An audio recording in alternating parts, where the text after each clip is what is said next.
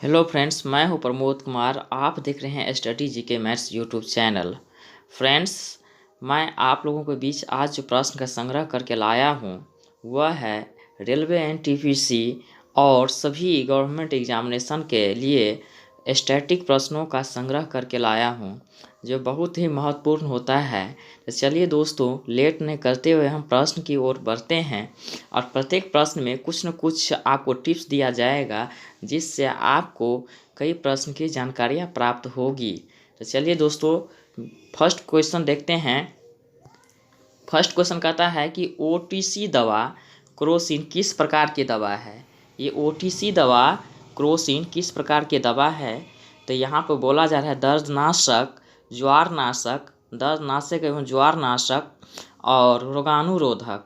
Answer क्या होगा दोस्तों इसका? दर्दनाशक एवं ज्वारनाशक है। ये मेडिसिन क्या है? दर्दनाशक एवं ज्वारनाशक है।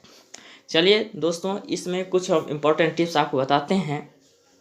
अगर पूछा जाए कि मानव शरीर का तापमान कितना होता है, तो कितना होता है तापमान दोस्तों? 37 डिग्री सी होता है। कितना होता है मानव शरीर का तापमान? 37 डिग्री सी होता है। अगर यही डिग्री आपको फ़ारेनहाइट में पूछ लिया जाए तो 98.6 डिग्री फ़ारेनहाइट बोलेंगे। कितना कहेंगे? 98.6 फ़ारेनहाइट बोलेंगे। लेकिन जब तापमान इससे अधिक बढ़ जाता है तो उसे क्या कहते हैं हम लोग? ज्वार कहते हैं। क्या कहते हैं? ज्वार कहते हैं। इसमें क्या होगा? इसमें होता क्या है, मनुष्य के शरीर में पानी की कमी होने लगती है और 102 से लेकर के 3 डिग्री फ़ारेनहाइट से अधिक बुखार मानव के क्या हो जाता है? मृत्यु का कारण हो जाता है। तो आपने देख लिया दोस्तों कि ओटीसी दवा क्रोसिन किस प्रकार की दवा है? दर्दनाशक है एवं ज्वरनाशक है। ये जो दर्दनाशक ज्वरनाशक कहा जाता है इस दवा को, और ये एक प्रकार की क्रोसिन है। और समान मनुष्य के तापमान कितना होता है? 37 डिग्री सी होता है, अर्थात फ़ारेनहाइट में बात करें तो 98.6 फ़ारेनहाइट होता है समान मनुष्य का। अगर इससे अधिक तापमान होगा तो उसे क्या बोला जाता है? ज्वार बोला जाता है।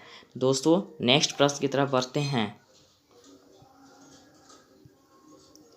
अब यहाँ पर नेक्स्ट प्रश्न देखिए कि भारत में राष्ट्रीय सुशासन दिवस कब मनाया जाता है? राष्ट्रीय सुशासन दिवस कब मनाया जाता है? आंसर क्या है इसका? ए में 24 दिसंबर है, बी में है 25 दिसंबर, सी में है 26 दिसंबर और डी में है 31 दिसंबर। आंसर क्या होगा दोस्तों? 25 दिसंबर होगा। क्या होगा? राष्ट्रीय सुशासन दिवस 25 दिसंबर को मनाया जाता है।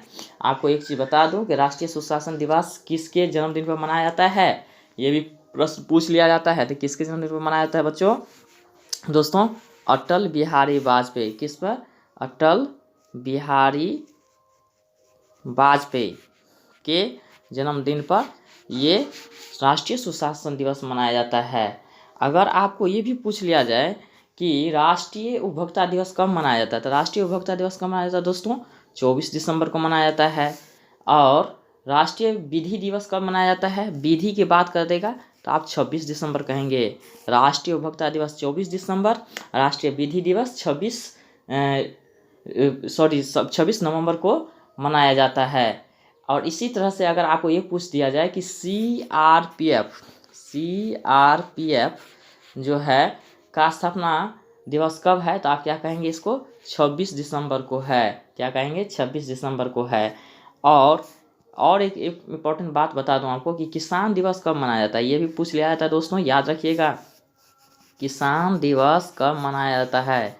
तो किसान दिवस की जब बात करेंगे तो ये कब मनाया जाएगा? 23 दिसंबर को मनाया जाएगा। कब मनाया जाएगा दोस्तों? 23 दिसंबर को मनाया जाता है किसान दिवस। तो आपने देखा कि एक प्रश्न से कई सारे प्रश्नों को आपको आंसर बता रहा हूँ, जो एग्ज़ाम की दृष्टि से बहुत ही महत्वपूर्ण होता है और आप इसे ज़रूर याद रखें। चलिए दोस्तों, नेक्स्ट प्रश्न की तरफ बढ़ते हैं।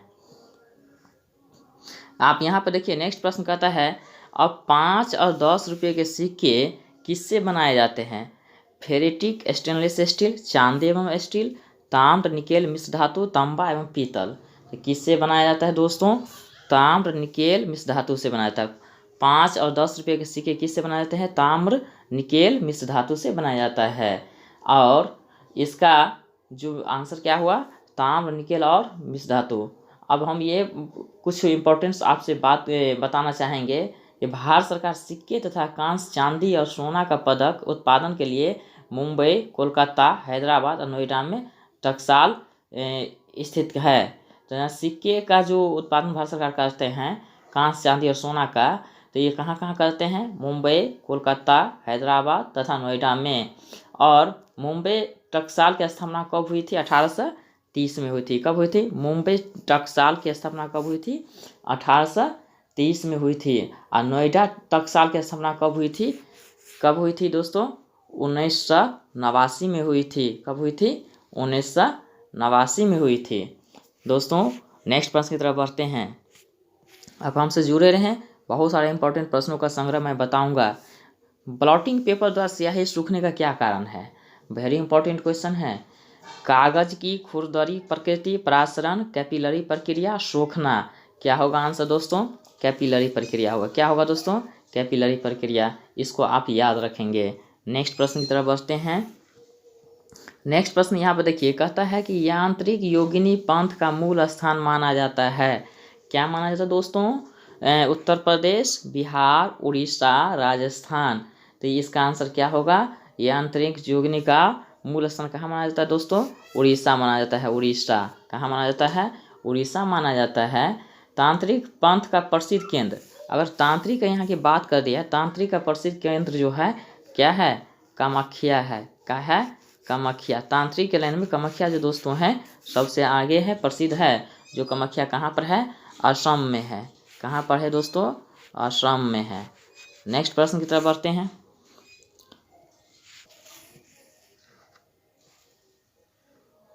अब यहाँ पर देखिए, कहना महात्मा गांधी द्वारा भारत छोड़ो आंदोलन किस वर्ष शुरू किया गया था?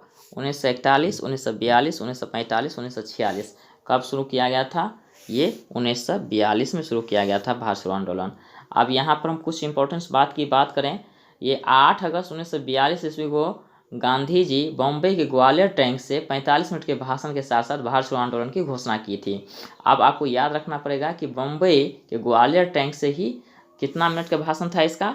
45 मिनट के भाषण थे इनके, और वहीं से ये भारत छोड़ो आंदोलन की घोषणा किए थे। और कहते हैं कि उस दिन जो भाषण दे रहे थे तब पट्टाभी सीतारामैया ने कहा था कि गांधी जी जो भाषण दे रहे थे एक पैगंबर के अवतार के रूप में भाषण दे रहे थे। और गांधी जी ने घोषणा किए थे कि यातनाएं की क्या होती है? एक सीमा होती है, और इस सीमा के बाद यातना सहना मानव और ईश्वर दोनों के लिए क्या होता है? ये अपराध होता है। इस भाषण में उसने बताए थे। और करो या मरो तथा अंग्रेजों भारत छोड़ो भारतीयों के लिए का नारा दिए। क्या नारा दिए? करो या मरो भी दिए, और अंग्रेजों भारत छोड़ो का भी भारतीयों के लिए नारा दिए। ऑपरेशन जीरो ओवर के अधीन उस टाइम में क्या हुआ था कि 9 अगस्त 1942 को कई सारे महत्वपूर्ण नेताओं को कैद कर लिया गया था। तो इस तरह से आप याद रखेंगे, महात्मा गांधी द्वारा भारत छोड़ो आंदोलन किस वर्ष शुरू किया गया था? 1942 में शुरू किया गया था। नेक्स्ट प्रश्न की तरफ बढ़ते हैं दोस्तों। अब यहाँ देखिए, नेक्स्ट प्रश्न कहता है कि स्वच्छ भारत मिशन किस लिए है? स्वच्छ भारत किस लिए है? स्वच्छ भारत मिशन किस लिए? स्वच्छ भारत उपकरण लगाने और राजस्व अर्जित करने के लिए है। मशहूर हस्तियों से सड़कों की सफाई कराने के लिए। भारत को स्वच्छ एवं स्वस्थ बनाने के लिए। अपशिष्ट पदार्थ का निपटान करने के लिए। क्या होगा आंसर इसका? सी नंबर हो जाएगा। क्या होगा?